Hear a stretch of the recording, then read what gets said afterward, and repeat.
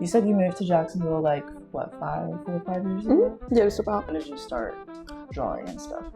I've done art my whole life. And then when I moved to Jacksonville, I was in school and I was working. And around my junior and senior year, I started taking more art classes. And that's kind of when I started taking it more seriously. So I'd say in the past like 2 years, I've started taking it more seriously as kind of like a career and like what I want to do with my time. I was doing like mostly digital art like on my iPad for a really long time because it was just more convenient that way. But since graduating, I've been focusing more on like traditional stuff. So when I started teaching classes, I was teaching drawing classes, so I kind of had to teach myself more realism stuff so I could teach it. Learning the fundamentals for that, I think, kind of also led me towards So whenever you're not doing your artwork, what social group do you think you find yourself in? Because there's so many subgroups in Jacksonville. I can't really pinpoint like what type of social group they would fall into because they're all so different. They're all very like creative, fun people. They're just like a ton of fun. Like we just love to have fun, and they're all like super different, and have the best friends ever. What kind of events do y'all go to together? We'll go out, we'll go to like clubs, we'll go to bars. I have a couple of friends that'll go to like some like art sort of events with me. I like the kind of like quiet, chill event stuff, but then I also like going to the bars and, you know, going out to the clubs on the weekends and stuff too. So yeah. Do you think that Jacksonville has a lot to offer as far as like having events and stuff like that? I think so, for sure. I think it depends on like where you look. I think there's a lot of really cool people doing a lot of really cool things. I think there's a really cool like art scene. There's always people like hosting some like art market or art event or some class that you can take. And I also think there's a lot of like really cool DJs that are hosting events, and a lot of bands. Music and art, I think of Hard Love is one of my favorites in terms of like art and music spaces. I think it's a really cool space, and there's always a lot of really cool bands. I think Five is really cool too. They always have really cool bands, and the Albatross. I was about to say that. The Albatross is cool too. While we're talking about like what you do in your social life, what is something that you would want to share with the world that people may not know? I don't know. What do you think? I know something about her that y'all don't know. We both went to the same elementary, middle, and high school in Lake City, Florida. They call it Lake Shitty sometimes. They don't have any nicknames for Jacksonville, do they? I don't think so. I haven't heard of it. If there's any derogatory names about Jacksonville, no, there isn't. No, we don't know about that. You know Hard Candy? Hard Candy jewelry? Oh, yeah. He lives in Lake City. He grew up in Lake City. I thought it was cool because you don't really find a lot of people in Jacksonville that, like, you know, from other worlds. Or other chapters in life. Once you move to a new city, it's you like start over. a new chapter. And, like, new people, you just kind of forget about that sort of stuff. So. Exactly.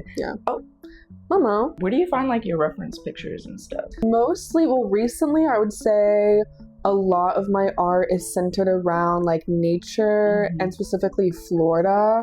I go to the springs a lot. I go to the river a lot. So a lot of my references I just take there. And of course Pinterest too. Pinterest is always, we love Pinterest. So you grew up around the springs. I did. So that makes sense why it like draws so much inspiration. And I see on your social media sometimes that you take pictures on your own phone just to use as reference. A lot of the times, like when I go to the springs or the river, it's like I'm going because I'm like I need to get reference photos, or if I'm like floating down the river, I have to like bring my phone so I can like get some reference pictures. You know, we mentioned being from Lake City. I think once you like move, I have this like newfound like appreciation and love for like my hometown and like growing up in that area, and I guess being exposed to like nature and like being around like the Ichtuckney and like that kind of stuff, because now in like my adult life it's a big part of my art and like my artistic inspiration. And if I'm ever feeling like, I don't know, like an art block, or I'm just like not really feeling it, I'll just like go float down the river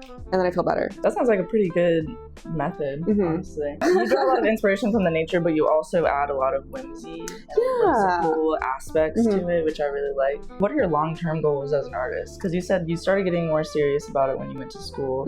So was there anything that you have in mind as far as where you want to take this?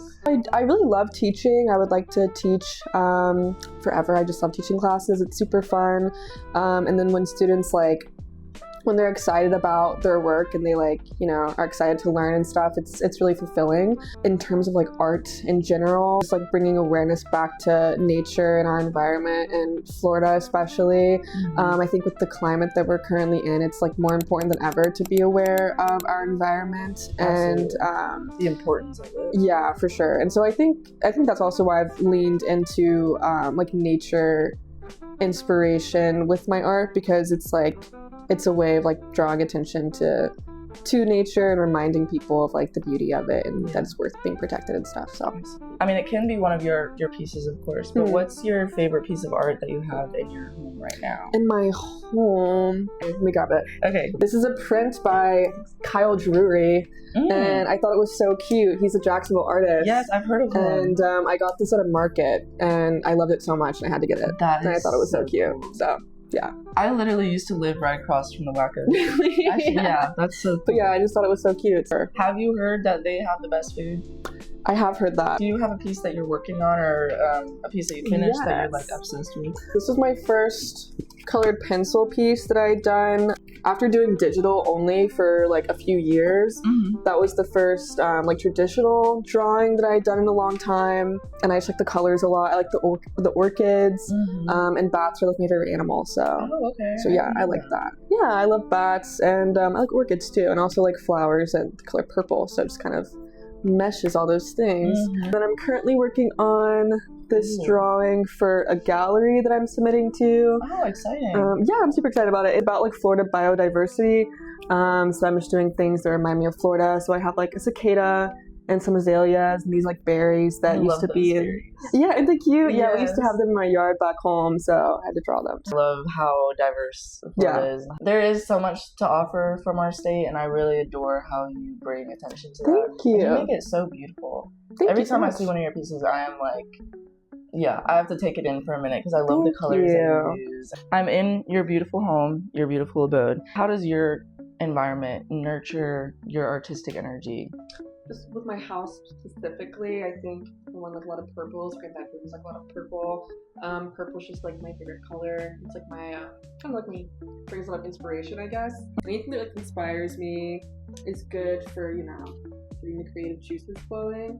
And then I think once you get tired of where you're at, or if you're feeling just stuck, I think that's when going outside kind of gets things moving and kind of gets you out of a funk. Yeah, is when you get out of a current environment, and go to the springs or go to the beach or just go to a different city for a day or something and just kind of keep moving and stuff. Yeah, talented people can come from anywhere, even if you've known them since you were fucking 7 years old. Yeah, you'd be surprised. Other people would maybe be surprised with how talent can literally just come from anywhere. Yeah, I want to put a spotlight on talented artists, and so you've been on my list for a while. I am very passionate about this because I think, yeah, like we've been saying, Jacksonville does have a lot to offer. And I think what you're doing is really cool. So thank you. What you do with the arts community is awesome. Thank you. I appreciate it. Thank you for having me. Well, thank you, girl. So yeah, I've had a good time. First edition of House Coffee. Cheers to that.